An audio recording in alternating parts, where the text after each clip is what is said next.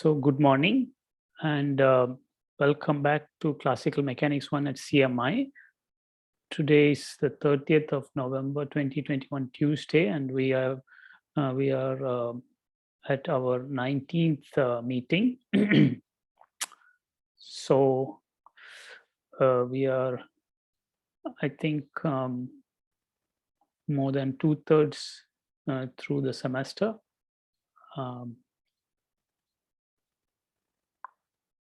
Yeah. So any questions before we continue with our discussion of the pendulum? Sir, just about the NSIM, do you have like an approximate date about when you're taking it? It is in the last week of classes. That is, yeah. Beyond that, there is no specific date and arrangement yet. Okay. Yeah.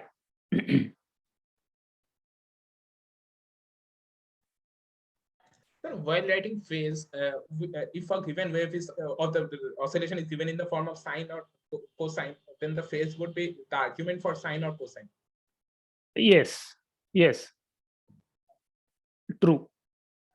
Yeah, so they differ by pi by 2. So which one should be the answer? Like if it is given by sine, we can write the phases in terms of sine, the argument of sine. Yeah. So there is a choice involved there, and so that's a convention, and it really depends on the authors and the people who are doing it. So in a particular problem, if you have chosen to write it as real part or something, then that fixes it.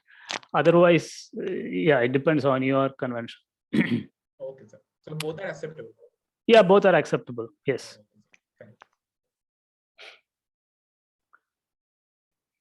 Not to mention that the phase itself is defined modulo certain additions because of the periodicity of sine and cosine. So there are additional ambiguities there. Oh, no, we may consider only the principal. Sure. Yeah. So, yeah. Okay. Any other question? Yes, sir. I had a question about yes, like, Gautam. Yes. Yes, sir.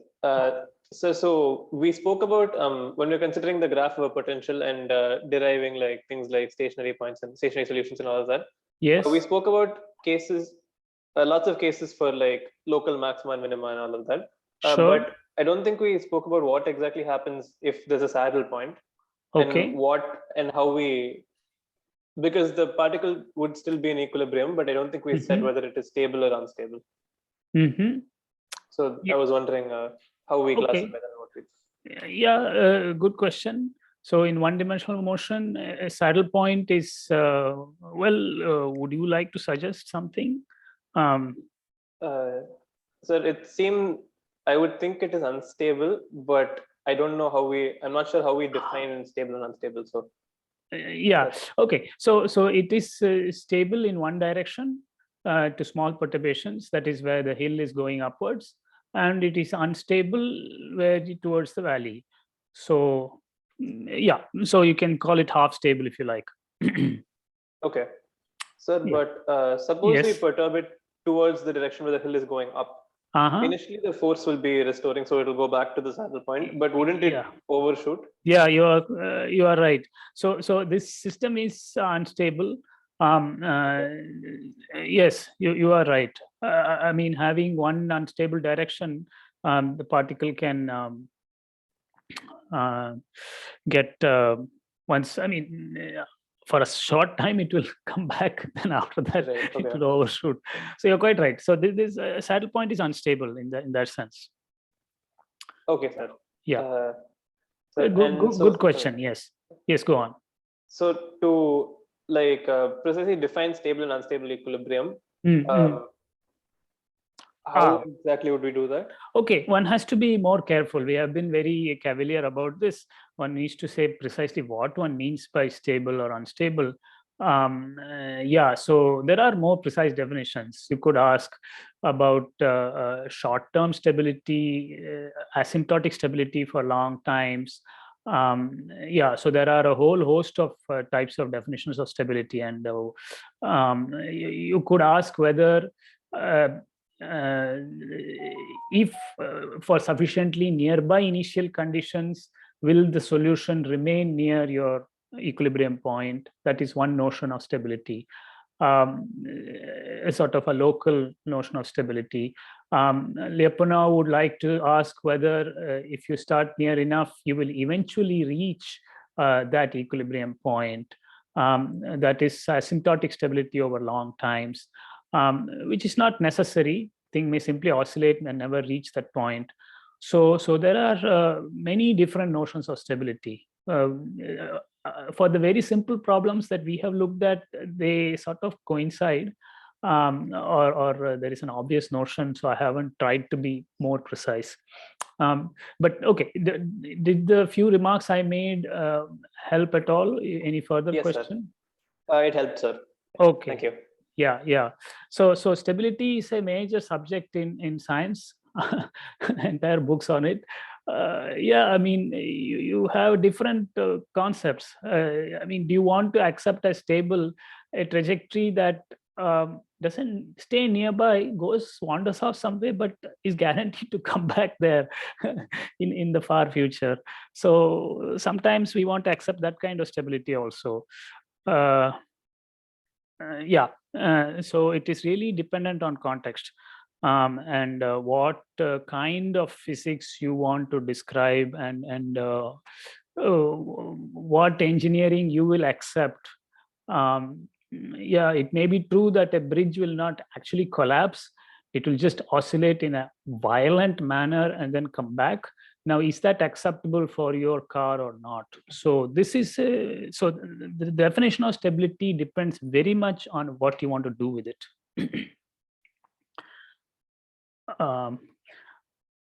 Okay, and I think it is worth thinking about through examples, through a variety of examples, one gets a much deeper understanding.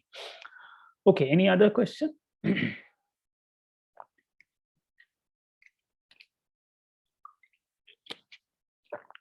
Okay, if not, let us return to our discussion of the pendulum. Remember that the equation of motion for the pendulum was a highly nonlinear second order ordinary differential equation for the deflection angle theta, which you can see here in equation above equation 86. Theta double dot is minus omega squared sine theta. And we had discussed the equilibrium configurations or the states, static solutions, vertically upward pendulum and vertically downward pendulum, as well as small oscillations through small angles or larger oscillations, which you could call libration, back and forth, or even rotation, where the pendulum goes round and round in one direction or in the other, not switching between the two. We also discussed a concept of energy, which we derived last time, and here is the formula for that energy. It consists of a sum of kinetic and potential contributions, half ml squared theta dot squared, and then mgl times 1 minus cosine theta. And studying this potential helped us understand the equilibrium points, small oscillations, libration, and rotation. And that potential was plotted over here. And when theta is 0, you have a point of stable equilibrium, in the sense that small perturbations of the pendulum will bring the bob back to where it started. Of course, it's going to overshoot and go back and forth, oscillate here. Larger amplitude oscillations are allowed. Those are called libration. They go on up to an energy, a maximal energy of 2 mgl. So this is the energy 2 mgl. The plot is in units where mg and l are all equal to 1. And then beyond that energy, so sorry, that energy is here. It's the asymptotic value of this. Beyond that energy, that's 2. Beyond that energy, you have rotation. And that rotation is preferentially either rightward with increasing theta, or preferentially leftward, decreasing theta, corresponding to counterclockwise motion and clockwise motion because we have chosen the angle of deflection theta as the counterclockwise from the vertical. Deflection from the vertical. Okay, so the last couple of remarks I want to make. Okay, we of course introduced the concept of angular momentum as well, and observed that the angular momentum of a simple pendulum is not conserved. It is subject to a torque. However, we did observe that at very high energies, where most of the energy is kinetic, the gravitational force is negligible, and angular momentum becomes approximately conserved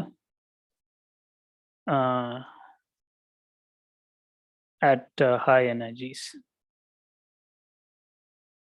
Yeah, so approximate conserved quantities are also useful in physics. That's one lesson from here.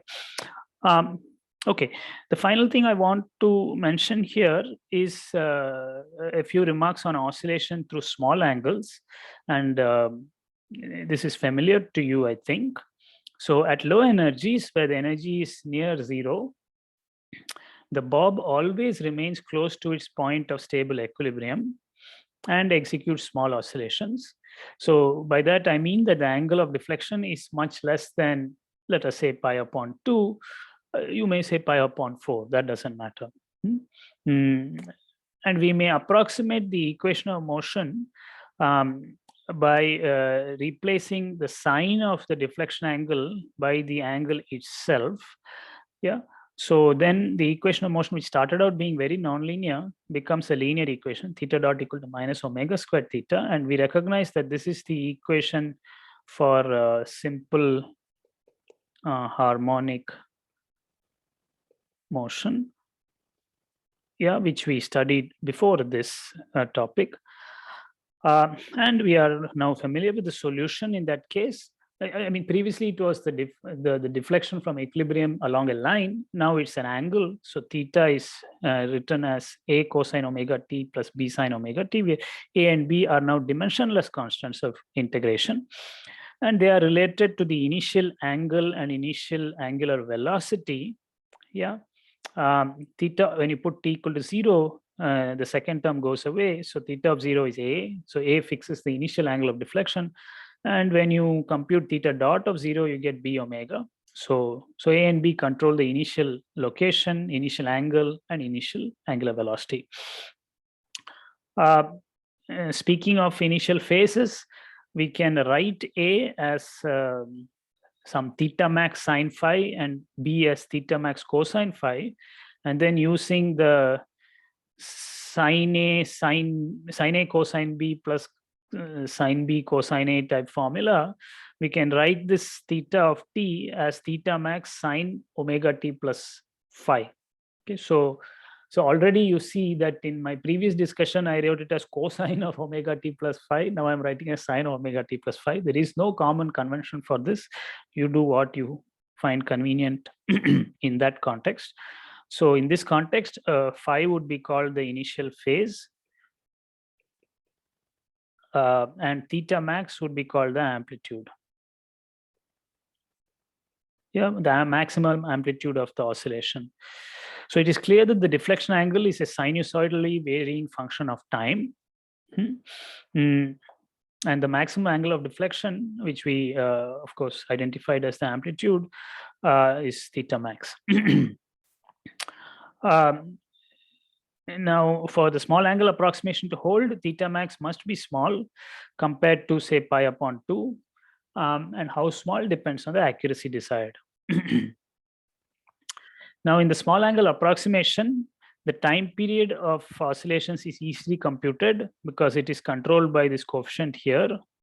Yeah, so the time period is given by 2 pi upon omega, or when you put in omega as square root of g upon L, you get 2 pi root of L upon G. So this is where it is nice, very simple. The time period is not just independent of the bob's mass. Yeah, m doesn't appear here. It is also independent of the energy or the amplitude theta max. Okay, so this is very special to small oscillations. The independence on the bob's mass is true even for large oscillations. But in the small oscillation approximation, you get an additional feature where the time period becomes independent of the amplitude or energy.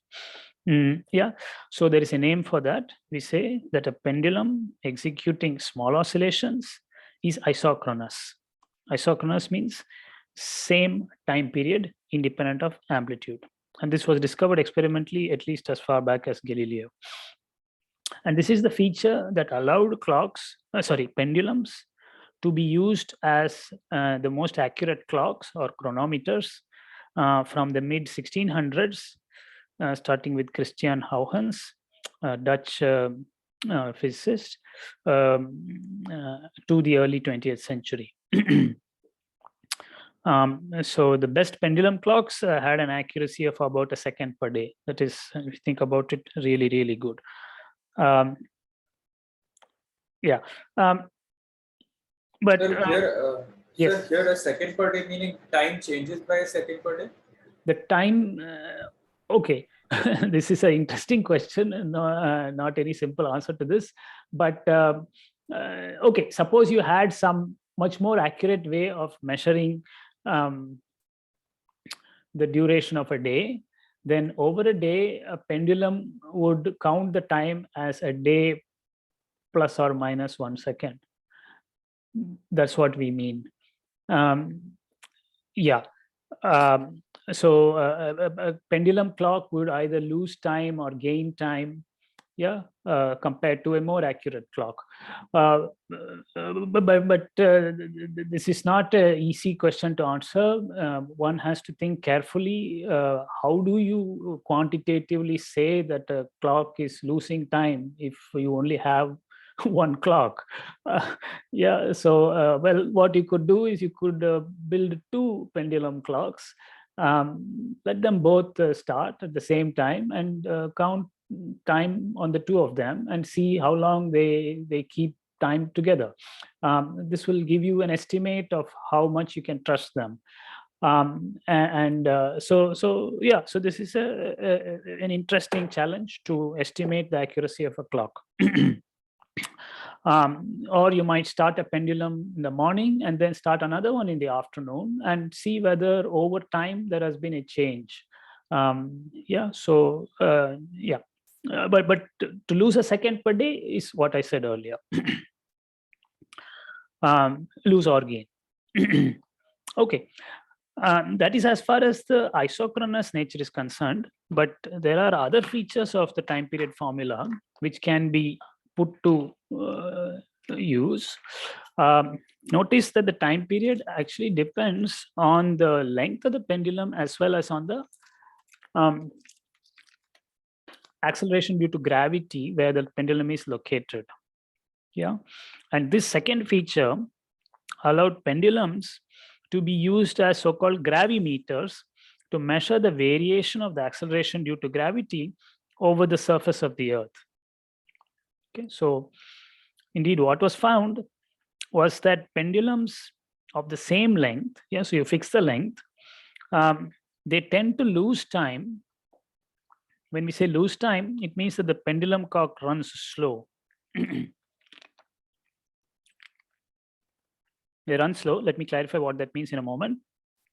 Run slow near the equator and gain time, that is run fast at high latitude. So this was the experimental observation.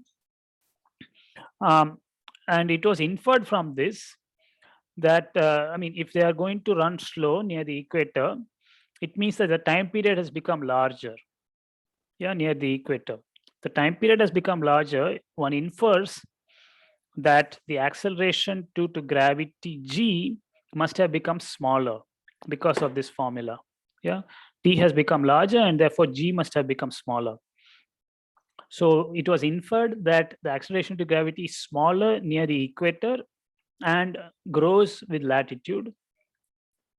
Yeah, and this is eventually explained by the fact that the Earth is not spherical. I mean, not perfectly spherical.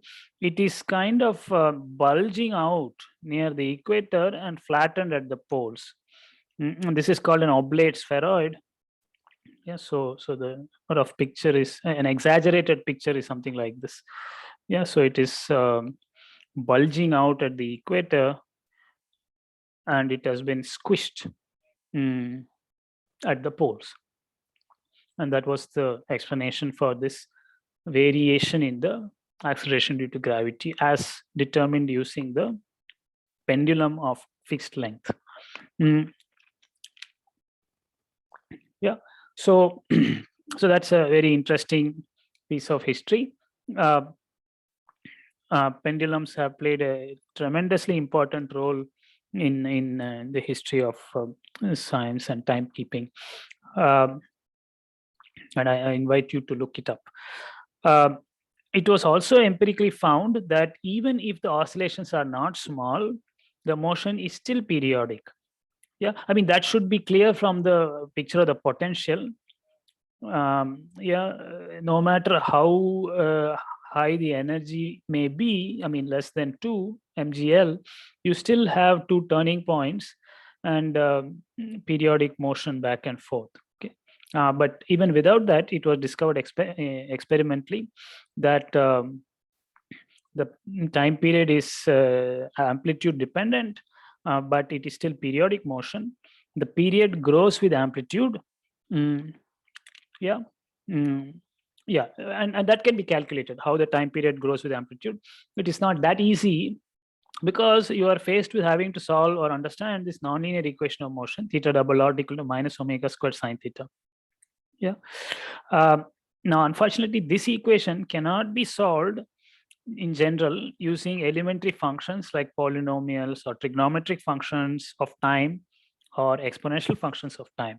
Okay, these are the ones we have met so far. Unfortunately, it cannot be solved using such functions. You have to resort to other methods. You could look for some kind of power series solution, etc. It turns out there are more sophisticated functions in terms of which one can solve the equations. Or to say it differently, the solution of this equation defines a new class of functions called elliptic functions. So you will meet them elsewhere, I'm sure. But this was one of the first places elliptic functions made their appearance.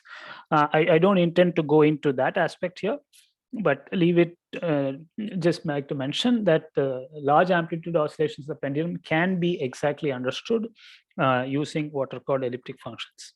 These are very interesting class of functions in mathematics as well as physics.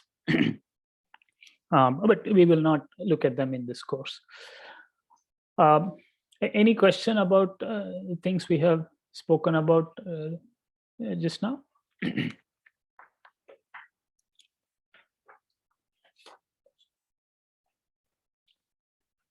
Yeah, so yeah, elliptic functions, the people involved are people like Jacobi and Abel, and not to mention Gauss, and later on Weierstrass. Yeah, so people you have heard of perhaps in other contexts. Yeah, okay, so much for the pendulum. A nice system displaying oscillations. I want to move now to a brief discussion of Kepler's laws of planetary motion, and how one goes from Kepler's laws of planetary motion to Newton's law of gravitation. Yeah, so that is our plan for this lecture. We may not finish it, but let me just describe the story to you. Now, as some of you may be aware, based on the Danish astronomer Tycho Brahe's naked eye observations of planetary positions, these are remarkably good observations, which he tabulated very, very carefully.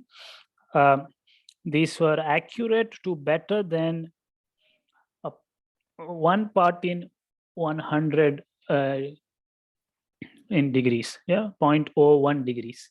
Of course, these are objects that are very far away, so 0.01 degree corresponds to a fairly big distance far away, but for a naked eye observation to be accurate to 0.01 degrees is a remarkable feat. So Tycho Brahe is a hero in this subject. Kepler was sort of worked with him as an assistant or as a apprentice and for some time. So the German mathematical astronomer Johannes Kepler formulated in the early 1600s 3 laws of planetary motion around the sun. So let us just recall what these are. The first of Kepler's observations or laws is that planetary orbits are ellipses with the sun at a focus. Okay. In particular, each planetary orbit lies on a plane. Okay, so a lot is being said here.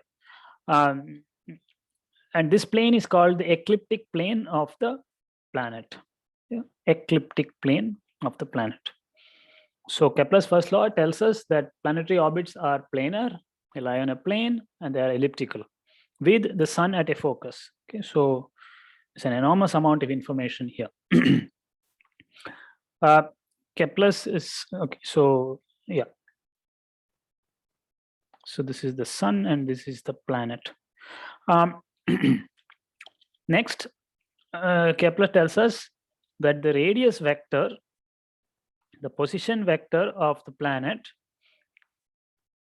from the sun to the planet, sweeps out equal areas in equal times.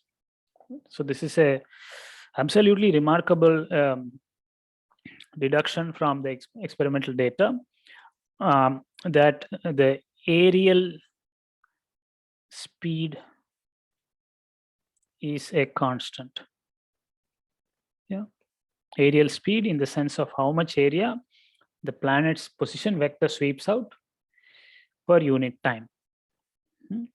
So that already tells us that when the planet is near perihelion, that is near the sun, or near aphelion, that is far away from the sun, it is telling us something about the speed of the planet in those two places.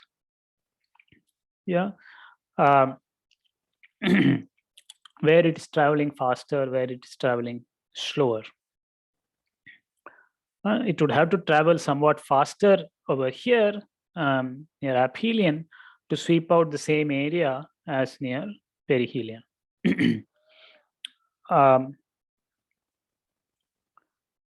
Okay, now let me go to the third of Kepler's laws, and this is again a very quantitative law, which says that the square of the period of revolution, by the period of revolution I mean the time taken to go all the way around.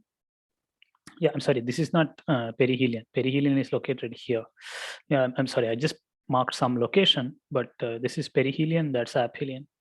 If you have not heard those terms before, let me draw it again. This is the sun at a focus. This point of closest approach is called perihelion, and the point where it's farthest away is called aphelion. Okay, so this is all with respect to when motion around the sun. Tell me, what is the corresponding concept for the moon around the earth? Apogee and perigee. Correct. Apogee and perigee. Very good. And that was Romith. So here we are. It says that the square of the period of revolution is proportional to the cube of the semi-major axis. So, okay, so you have two axes here. This is called the semi-major, major axis. Yeah, so let me draw it once again. If this is the center of the ellipse, this one is called the semi-major, or this is the length of the semi-major axis, and this is the length of the semi-minor axis, right? So the square of the period is proportional to the cube of the semi-major axis, or we could say t squared is proportional to r cubed. Yeah, and with another remarkable observation that the proportionality constant is approximately the same for all planets.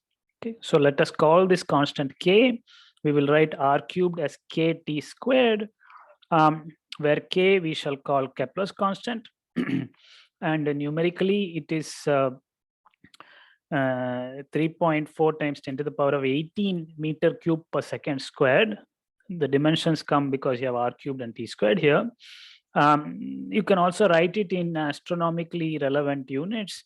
An astronomical unit is roughly the mean Sun-Earth distance, about 150 million kilometers. And I have written it per day squared here. So it is 7.5 times 10 to the minus 6 AU cube per day squared. So yeah, so these are the three laws of Kepler. This is a summary of enormous amount of observational data over many centuries, of course, culminating in the work of Tycho Brahe. Yeah. Do you know in which town the observatory where Tycho Brahe did his work is located?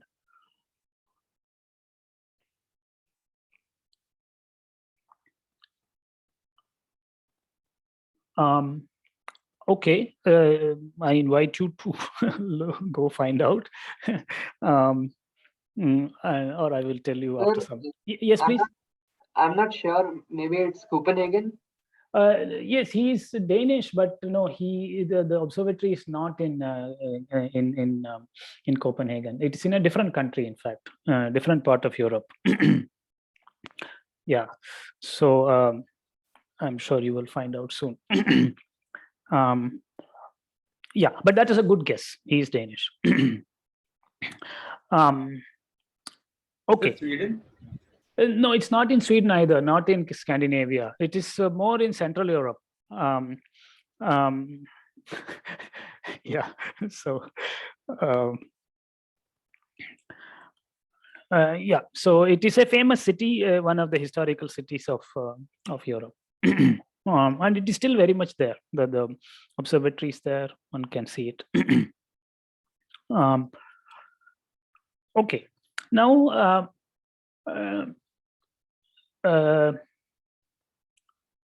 Sir, you said Central Europe, so does that mean it's like in Hungary or something? Like not far, yes, not far from Hungary, yes, but it's not Hungary. Austria? Well, let us. Oh, yeah, sorry. Yeah, I get it. Yeah. It's a bit of a diversion. Sorry. Sure. Yeah, no, I am hesitating to say because you can have your fun finding out. But it's not far from where you meant. It is neither Austria nor Hungary, but it is close to both of them. Yeah. Yeah. Okay. So in what follows, but I am glad you are keen to find out. Now, in what follows, we will address the so-called inverse problem, which you have now heard about several times in other places.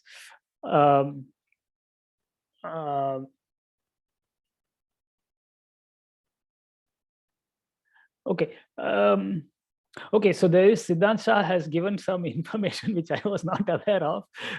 A Danish astronomical Urani Borg established and operated by Tycho Brahe on an island in Øresund between Zealand and Scania, which at that time was part of Denmark.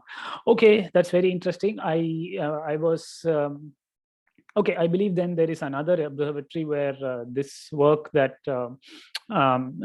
Kepler and Tycho Brahe are located. So there's probably more than one. I mean, he's Danish, so presumably he began there. But the observatory I'm thinking of is yeah, somebody else is on the right track. Ram Madhav says, "Sir, he died in Prague." You're quite right. Is the observatory is in Prague. In the Czech Republic, and that is where the reams of papers of and documents where he had made notes of all these things were kept, and Kepler went and worked there as well. So it's in Prague, the Czech Republic, Central Europe. Yeah, but you are right.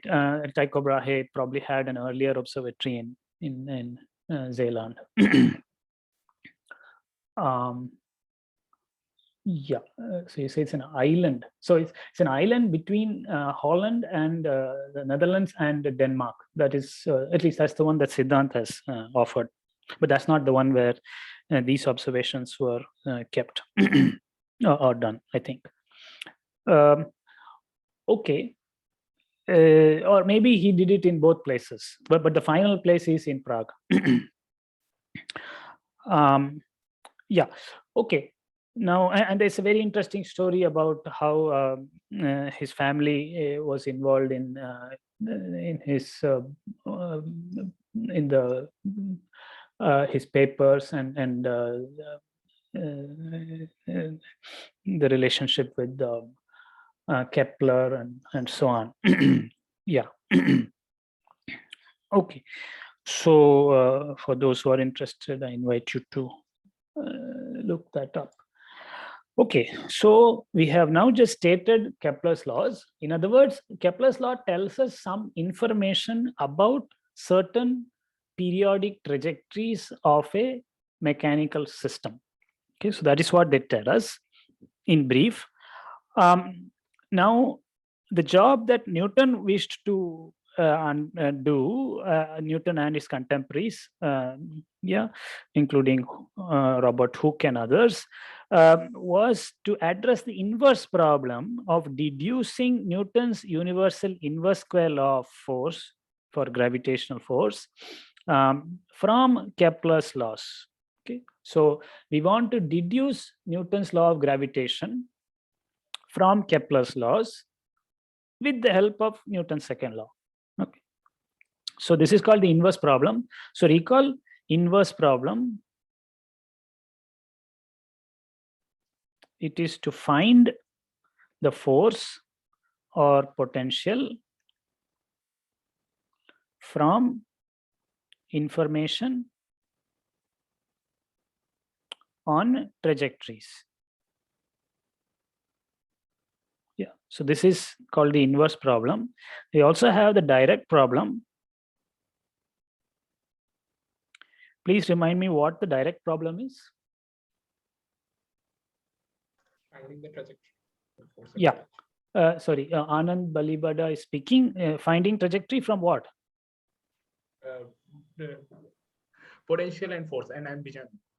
Yeah, given the force, find the trajectory. Given the force and using Newton's equation of motion. Yes. Yeah, so this is called the direct problem, and this is called the inverse. Both are interesting. We are now going to address the inverse problem in brief, because we have a limited amount of time in this course. Now, this inverse problem is extremely difficult. Now, the general problem of deducing a three-dimensional potential, well, okay, I already talked in terms of a potential. That might surprise you, but the thing is that dissipative effects in planetary motion are very, very small. Yeah, the planetary orbits have remained essentially without much change for thousands of years, in fact, much longer than that.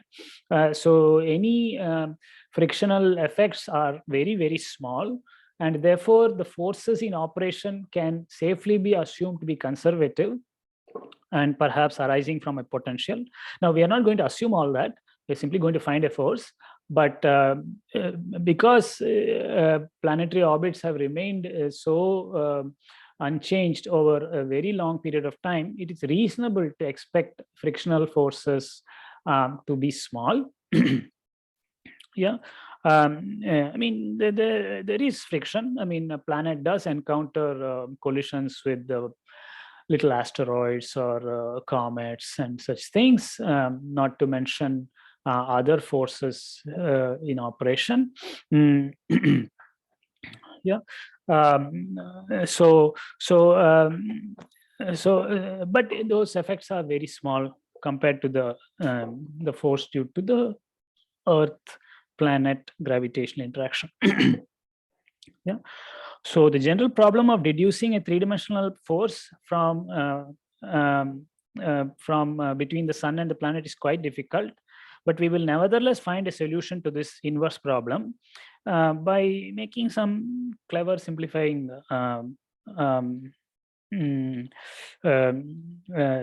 steps. One is to consider special cases, namely circular orbits. We will apply Kepler's laws to circular orbits and see what can be said. We will also make some physically justified simplifying assumptions, in particular that the force is central. I will explain what this means. And three, by using some general features of Newtonian mechanics, in particular, that angular momentum is conserved in a central potential. Okay, so in a central force problem, which we have already observed in a few classes ago. Yeah, so making some simplifying assumptions, it is actually possible to find a solution to this inverse problem. Okay, so let us briefly describe that. Any questions so far? Constant, the angular momentum is constant. The angular momentum is taken with respect to the center, right? Where the force is, the force center. Yes, yeah, you correct. Yeah, I mean, we haven't yet specified, but yeah, we could take it relative to the position of the sun. You could take it relative to the center of mass of the system. There are options here, depending on what you want to do. Yeah, in this case, the center of mass of the system, planet sun system, and the center of the sun are very near each other. The center of mass of the system lies inside the sun, in fact. So the two don't differ very much. Yeah, right. You do need an origin. Any other question? That was Bijayan, right? Yes. Any other question? Okay. So, so again, I am not going to address the direct problem here, which is to find the orbits given the potential or the force. Yeah, we are going to do only the inverse problem briefly here, given the time available to us, because I do want to discuss certain other topics also in this course. Okay, so now I want to introduce what we call the ecliptic plane and a suitable system of coordinates, polar coordinates, and then apply and see what conservation of angular momentum, how it arises and what it does for us. Okay, so to begin with, we set up a coordinate system. Yeah, so in view of Kepler's first law, which says that the orbit of a planet is an ellipse with the sun at a focus, it makes eminent sense to choose the ecliptic plane, that is the plane of the orbit, as the XY plane. Okay, so we will choose that plane as the XY plane, and that is shown in this figure here. So this is the planet, it is moving this way. This is its instantaneous velocity at that point. The shaded plane is the ecliptic plane. The planet goes around this way. The sun is located at a focus. So I've just drawn an ellipse over here. This is the radius vector. This is the radius vector of the planet. And we have chosen y-axis, the y-axis as pointing towards aphelion. Yes, Can I please, interrupt you? Romit. Yes. I'm not sure why it's called an ecliptic plane instead of an elliptic plane. Okay, so this is a good question. Why not call it elliptic plane? No, this is a word going back to astronomical jargon. No, this is not, the word is not coming from ellipse, though they may have common origins. It is really a different word, ecliptic. I perhaps at some point knew the etymology better. I am afraid I have forgotten the origins of the word ecliptic. But it is the plane in which the orbit is located is called the ecliptic plane. This is not a spelling mistake. It is not elliptic plane. And by the way, the trajectories need not be ellipses. They can also be hyperbolae and circles and even straight lines. Yeah. So it is not so much coming from it's not restricted to that ellipse alone. But your query is a very good one. Why not just call it the elliptic plane? Perhaps that would have saved us some tongue twisters. But yeah, I am ashamed to say I have now forgotten the origin of the term ecliptic. That is worth recalling. Okay. Okay. Sir, sorry, Yes, please. I had one clarification. Yes. Yeah, according to first law, every planet has a ecliptic plane, right? Yes.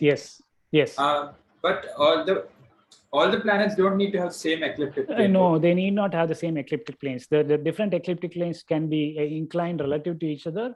Yeah, you can go look up the astronomical data and they are not on the same plane. Yeah, the plane is determined by what? I mean, just on some general grounds.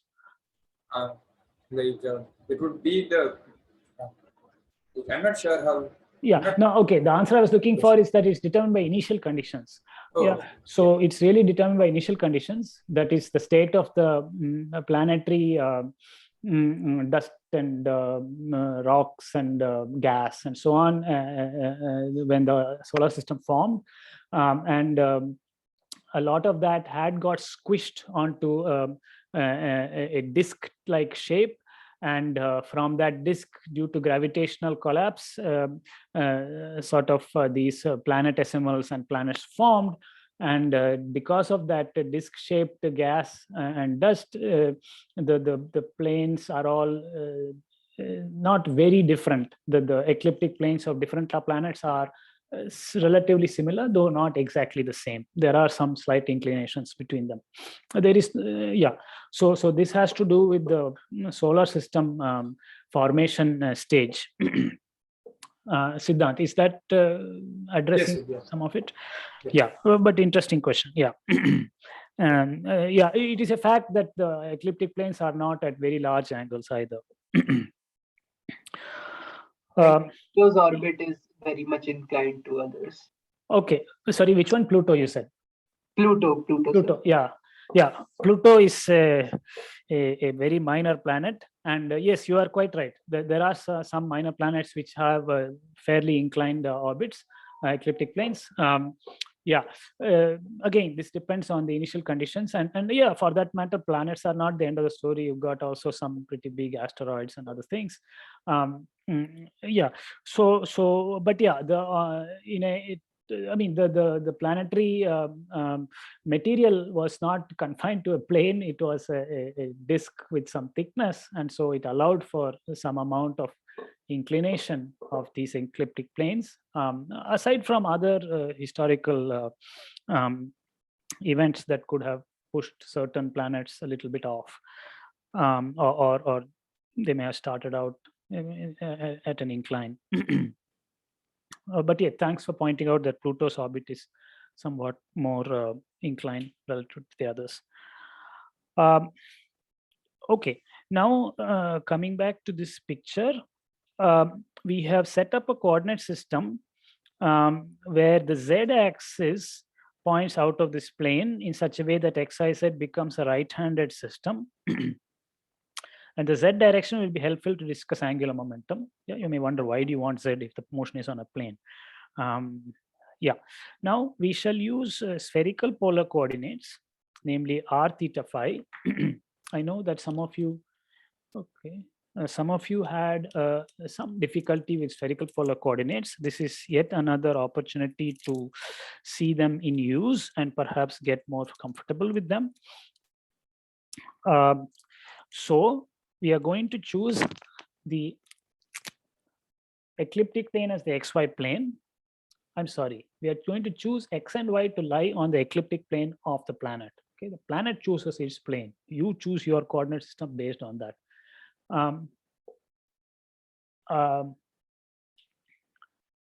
Okay, Ripunjay has given an interesting suggestion. Sir, is it the ecliptic because the sun will be eclipsed for an observer by the planet in that plane if the observation is in that plane only. This is a good suggestion. I'm sorry, I'm not able to say definitively if this was the reason, but I would not be surprised if it has to do with this. Yeah, that it has to do with eclipses rather than ellipses. And that's a very nice suggestion from Ripunjay. I'm sorry, I do not know the precise origin of the word ecliptic plane, though I hope to learn that soon enough, perhaps from all of you. Okay. Now, coming back to our coordinate system, we are deciding to, so remember spherical polar coordinates were set up in this way. You had z pointing upwards, x and y in this horizontal plane, and given a point P, in this case, the point P is the planet and that is on the xy plane, but more generally, any point has a certain position vector and radius vector, and that angle that vector makes with the vertical is called theta. That's the first of our spherical polar coordinates. So this is just a quick review of spherical polar coordinates for those who are not comfortable with them before. And now you can project this vector onto the xy plane, yeah, and get its projection here. Yeah, so this vector has some length r, that is the second of our spherical polar coordinates. Now the projection of this radius vector r onto the xy plane is a line segment of this sort. And please tell me, what is the length of this line segment? R sin theta? Very good. Siddhant mentions that it's r sine theta. That is indeed true. What is the z coordinate of r? You know what? Yeah, z is R R cosine. cos theta. very good. R cosine theta. Very good. Yeah. So that is z, because that is the projection of this vector onto the z axis. So that angle is theta. So it has to be r cosine theta. Now this vector, this has the length r sine theta, and that vector would make some angle with the x-axis, which we define as phi or phi. Okay, so r, theta, and phi are our three spherical polar coordinates. Theta is measured from the vertical, so this way. Phi is measured from the x-axis, so the arrow goes that way. So that is also indicated in this ecliptic plane picture. So the ecliptic plane has theta equal to what in spherical polar coordinates? Pi by 2. Very good. Yes, pi upon 2, because it's the xy plane. So theta equal to pi by 2 will get you to the xy plane. Yeah. Okay. So we are mostly going to be focused on the xy plane. So theta equal to pi upon 2 is the thing. Now let me just complete this specification of spherical polar coordinates. And that is just to mention that x is going to be given by the projection of this vector onto the x-axis. So that length is going to be r sine theta cosine phi. Yeah, because this angle is phi. So this length times the cosine of this angle will give you this component. And similarly, y, which is the similar projection onto that, yeah, is given by r sine theta sine phi. Okay, so since there had been some questions about spherical polar coordinates, I have gone over it once more a bit now, not the whole story, but please stop me now if there is any question about spherical polar coordinates that you would like answered here, how we have set this up.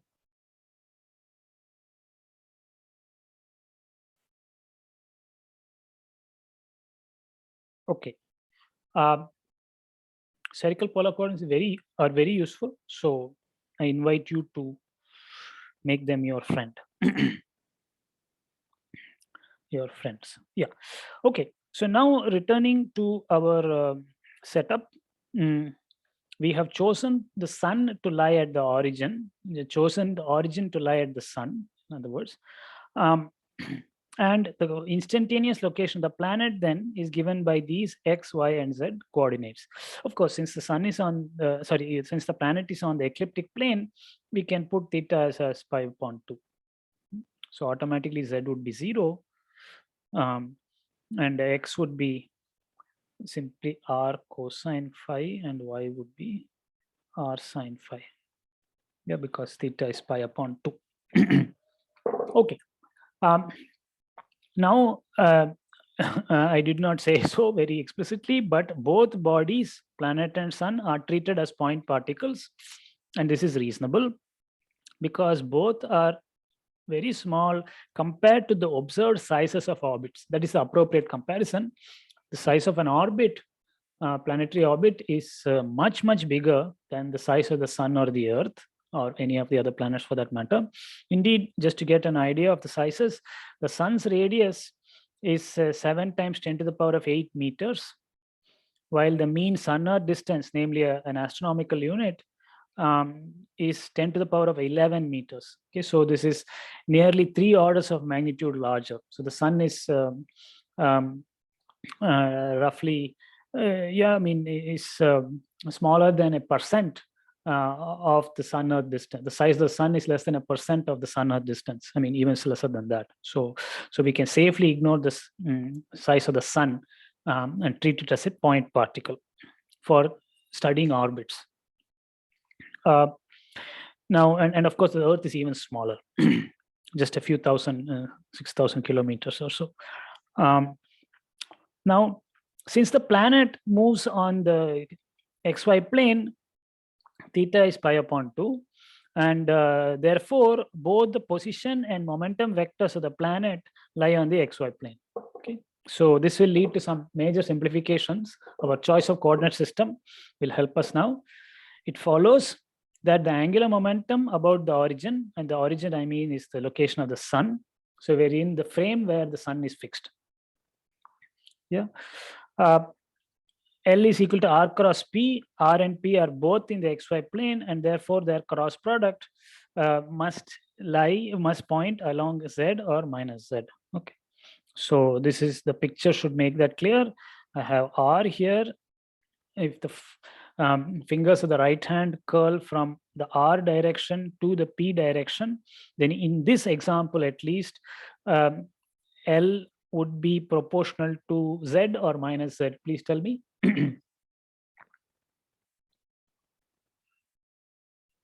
So Sir, Z. could you repeat the question? Yeah, my question was, given the specific picture I have drawn here, namely where r points this way and p points this way, the instantaneous momentum of the planet, instantaneous radius vector of the planet, does the angular momentum point towards z or minus z? That was the question.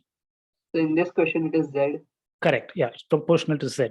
For counterclockwise motion of the planet, it points along z. Okay, for counterclockwise motion in this picture. Okay. Again, whether the planet goes clockwise or counterclockwise is determined by initial conditions. I mean, planets are not seen to reverse their direction of motion. They seem to retain that. But which way they go depends on the historical details about how things were in the early epoch. Okay. So it follows that the angular momentum about the origin points either along z or minus z. All right. Now, since planets are observed to go around the sun without switching direction, the direction of angular momentum cannot change. Okay, I mean, empirically, from what we see, the direction of angular momentum cannot change. It must point along z or minus z at all times. Okay, so that is our first deduction. Okay, now we want to go to the magnitude of angular momentum. We have commented about its direction. Let us now comment about its magnitude. That's something very interesting. Let us denote the magnitude of angular momentum by small l. I mean, it is basically the square root of L dot L. And which is more important for us is the Z component, because the X and Y components are anyway 0. Yeah, Lx and Ly are both 0. And Lz is simply L dot Z hat. Okay. So the question is, how much is this, or can we find a formula for it? And in fact, you did so some time ago. In spherical polar coordinates, the angular momentum can be expressed as, well, for the configuration I'm talking about. I think this you did this in the I think in the second question of problem set 3. You had fun calculating Lz, the Z component, and you found the formula m r squared sine squared theta phi dot times z hat. Okay, so this, let me rewrite it here: m r squared sine squared theta d phi dt z hat. Okay, as a phi dot. You had derived this formula, so we are going to use it. And since theta is equal to pi upon 2, it simply becomes mr squared phi dot times z hat. Okay. Okay, this is easy enough. Any questions so far?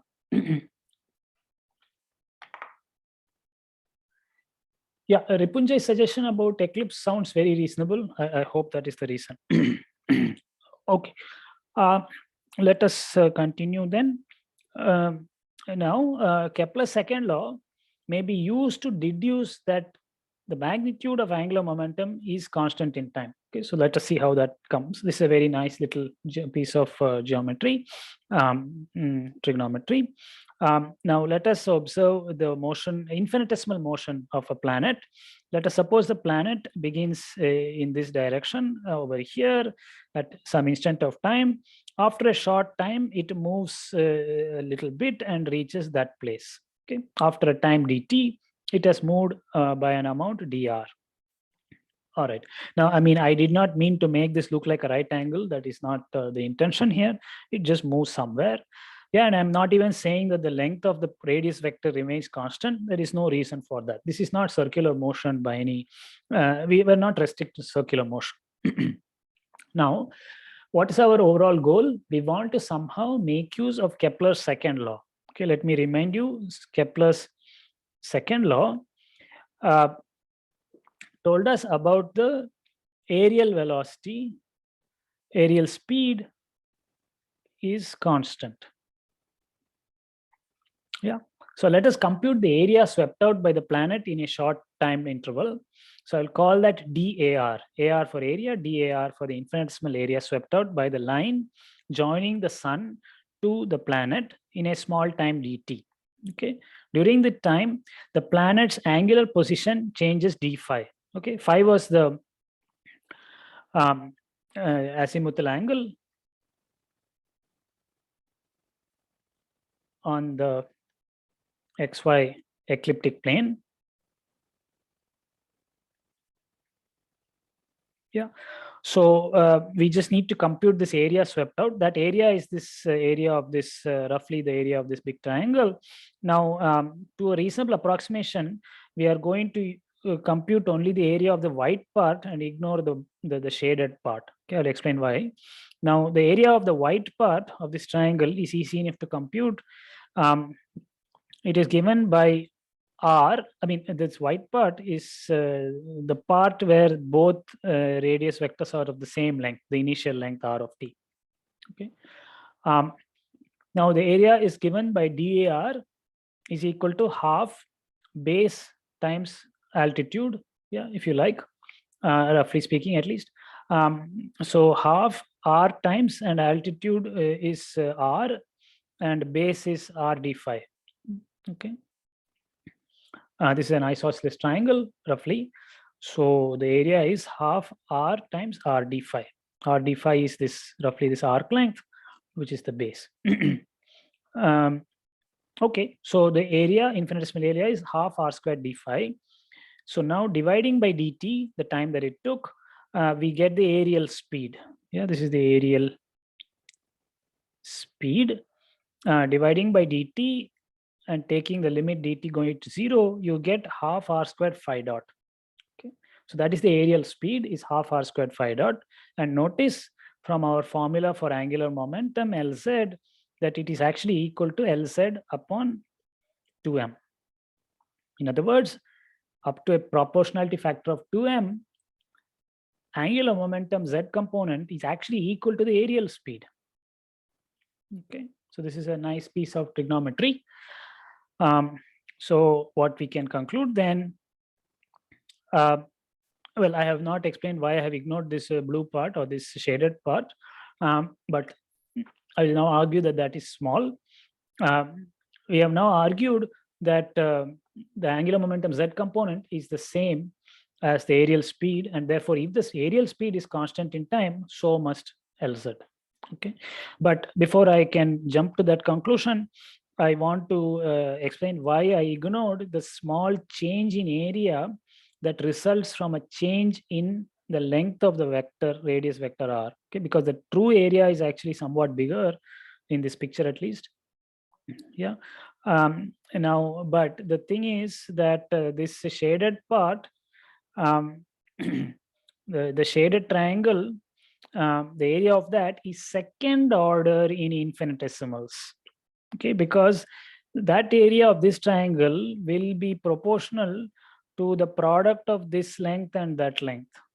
Okay, these two lengths, roughly speaking, and each of them is infinitesimal. This is proportional to d phi, that is proportional to dr. Yeah. By contrast, the area of this isosceles triangle was only infinitesimal, not second order in infinitesimal, because this length was d phi and that length was r. Yeah, r d phi times r. So it was first order in infinitesimals, whereas this small triangle, corner triangle, has an area which is second order in infinitesimals. So when we divide by dt and let all these infinitesimals go to 0, this term will vanish. Okay, so we are interested in the limit of small dt. In that limit, this area vanishes. So area vanishes as dt goes to 0. Not area. I mean, the area always vanishes. The aerial speed, its contribution to the aerial speed vanishes. Let me say it correctly. Contribution of this to aerial speed vanishes as dt d phi go to 0. All right. Okay, so is that argument all right? This argument involving infinitesimals?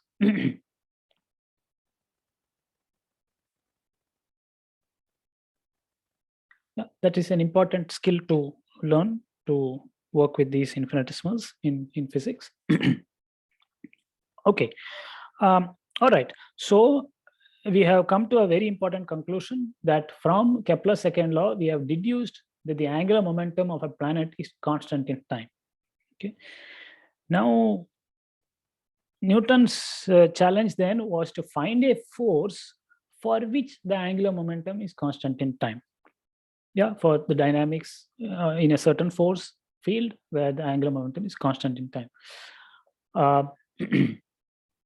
Okay, now that we are already equipped to address that question, now a force field f of r, where r is the radius vector from the sun to the planet, is called central if the force points radially, I mean either inward or outward, everywhere. Okay, and furthermore has a magnitude that depends only on the radial distance from the origin, which is the location of the sun. Okay, so such a force field, so I mean generally a force field will depend on r, theta and phi. Yeah, but suppose it is a function only of r, the radial distance, then we will call such a force field and moreover it is some f of r times r hat. Okay, that it is pointing radially and depends only on the radial distance. Such a force field is called a central force field. Is this definition clear? What we mean by a central force field? It is also called spherically symmetric because the central force field doesn't depend on angular location at all. It only depends on distance from the origin. Always points radially either inward or outward. Okay. Okay, so that is as far as a central force field is concerned.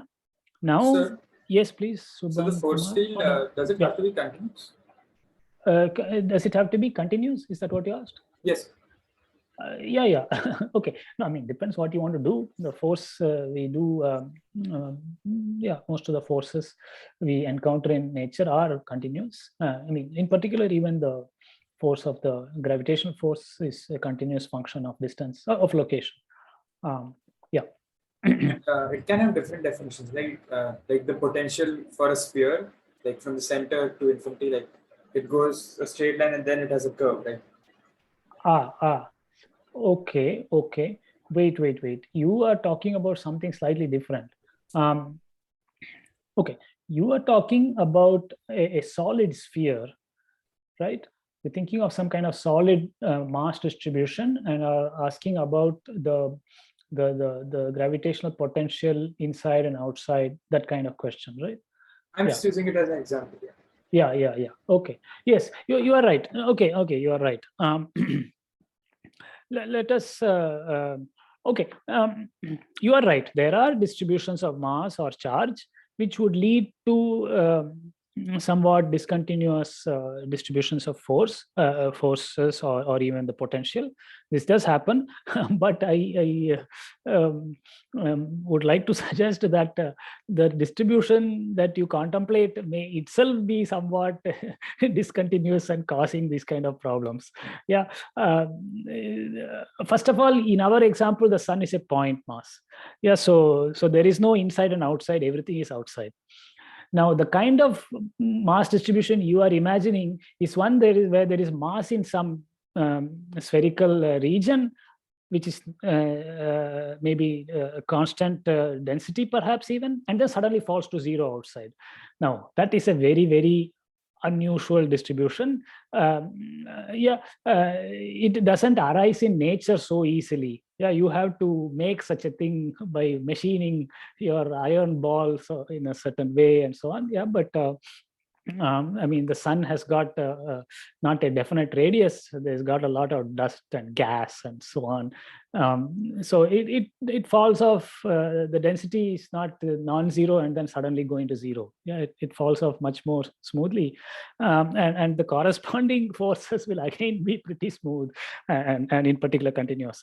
Yeah, but you are right. There are idealized distributions of charge or mass which you can construct, for which the forces may be discontinuous or the potential may be discontinuous. You are right. I mean, the force is unlikely to be discontinuous. The potential may be discontinuous. But there may be cusp in the force. The derivative may be discontinuous. That kind of thing does happen. Is that the kind of thing you had in mind, Siddhant? Yes, sir. Okay, so I hope I have addressed how such a thing happens. Yes. Yeah. Okay, very good. But coming back to our situation, we are treating the sun not as a solid mass with some constant density, but just as a point mass for our simplification. I mean, simplified treatment of planetary orbits. I mean, if you want to study solar physics, then yes, you need to treat the interior of the sun more carefully. Yeah, that is a very interesting subject in its own right. Yeah, okay. Now, as we have studied earlier, it is an independent mathematical fact of Newtonian dynamics, following from Newton's second law, that the angular momentum is conserved in a central force field. We had already observed this. If the force is radial, then R cross F would be 0, and therefore the torque would be 0, and therefore dl dt would also be 0. Yeah, L dot would be 0. So angular momentum is conserved. Okay, so so the combining these two observations: one, that angular momentum of a planet is conserved, and two, that in a central force field, angular momentum is conserved. Combining these two features, we are led to the suggestion that the gravitational force is perhaps a central force. Okay, that is the simplest possibility. And so we shall assume, following Newton and his contemporaries, that the gravitational force field F is some function of r times r hat. Okay, so some unknown function of r. All right, so we have used two important things already. One was Kepler's first law, and now we are using Kepler's second law. So Kepler's first law was used to reduce to planar motion, xy plane, and Kepler's second law allowed us to conclude that Lz is conserved. And using these two and this fact about angular momentum conservation in a central potential, central force field, we have proposed now that the gravitational force of the sun on the Earth or our planet is given in this manner. Okay. Now, the next step is to make use of Kepler's third law, which we have not done, to determine f of r. Yeah. So the aim is to find f of r using Kepler's third law. All right. So that is okay. We are now out of time, so that will be the agenda for Thursday's, the beginning of Thursday's lecture. Any question so far?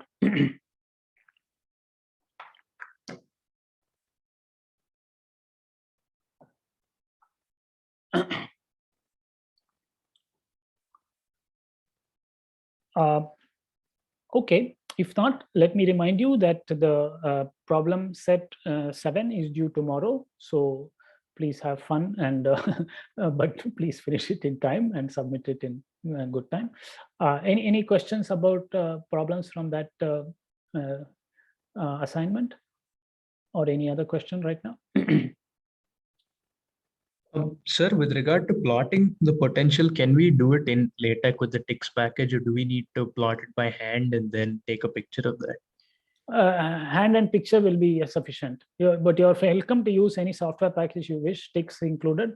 But Yes, you're sir, not yeah. obliged to do that. Any method is okay, but just make sure you do it in good time. Don't tell me that TIX was not working and therefore. No, sir. I mean, it does work actually, but I Okay. thought that the program wanted to test how we could guess the shape of the potential, but Okay, wait a minute. I take that back. No, I am not asking you to use some computer program to generate the plot of this function. I am asking you to plot it. Oh, I am very sorry. No, I do not accept a plot generated by some computer program. I want you to plot this function taking the formula. I sorry. see. Okay, sir. Yeah. Sure, No. sir. Yeah, got it. I do Then not I'll- accept. yeah. Yeah. Thank you for for asking. Thank you for asking. Yeah. We do need to know how to plot a quadratic, or in this case, a quartic function. We do need to learn that. Any other question? Yes, sir. For Yes, the third Gautam. question, Yes. are we allowed to assume that the motion is in fact oscillatory, or do we have to prove mathematically that it is oscillatory? No. Yeah, we can assume that it's oscillatory. Yeah. Okay. I mean, the statement of the question already implies that it's oscillatory based Right. on what we have discussed in the class. But yes, please go ahead and assume it's oscillatory. You're only asked to find the time period of that motion. Okay, got it, sir. Thank Yeah. you. Yes, thank you for that question. Gautam, any other question? Sir, in the fourth question, Yes. Charged interpret- particle. Yes. a particle of mass m and charge q. Yes. Interpret in qualitative physical terms that the equation that r minus t satisfies. Yes. Like, I'm not sure of like what we're supposed to write. I'm not asking for the answer. Like, could Okay. you give us No, an example or something? Okay. I mean, okay. Suppose you have not this problem, but some other problem where I write an equation of motion, mx double dot is equal to minus kx. Then I will say in qualitative physical terms, the quantity x of t is the position of a particle subject to a linear restoring force pointing such and such way. Okay, so that is the qualitative description. You have to do something similar in this case. R of minus t describes, well, okay, I don't want to give the answer, but yeah, what does it describe? What kind of particle? What kind of, yeah. So, like, basically write in words the change that occurs because of the timing also? Is that Exactly. Yeah. Yeah. Okay. I mean, you could answer the same part C for the original equation, yeah, as practice in qualitative physical terms, which in some way has already been done in the beginning of the problem. Now you need to do it for R of minus T. Okay. Yeah. Okay. Yes, I think others also had that question, but anyway, that's as much as I want to say without giving away the answer. But there is something interesting there. I encourage you to think about it, but don't lose sleep over it. Yeah, just work out the science carefully and try to understand. Any other question? Okay. So thank you very much for your attention, and have a good afternoon and lunch. We shall reconvene on Thursday. Thank you, sir. Thank you, sir. Thank you. Thank you, sir. Yes. Thank you, sir. Thank you, sir. Yes. Thank you.